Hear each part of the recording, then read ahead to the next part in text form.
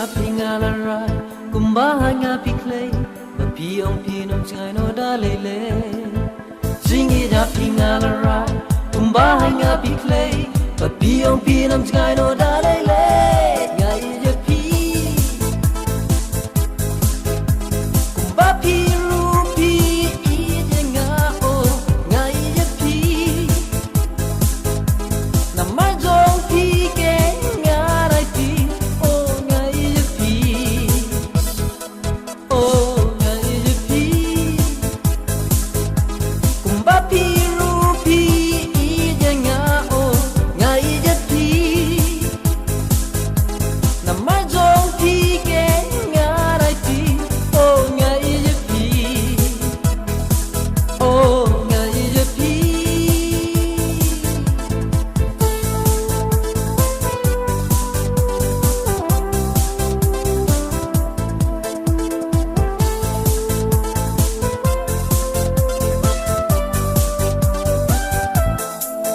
And Raymond the Pidon Sherry no way Pi ong bangang ap ya pi Ngaru ngabat ya ki kular jumpi Ya pi ngan ap pi dan pi Kumbang ngati pa pi kan mau ya nga Ngaru nganom klet ya pi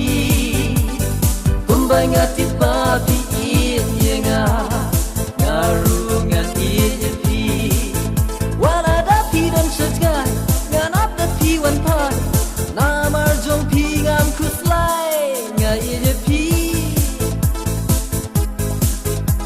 Kumba pi rupi ije ngao ngai je pi Namar jong pi ke ngarai pi oh ngai je pi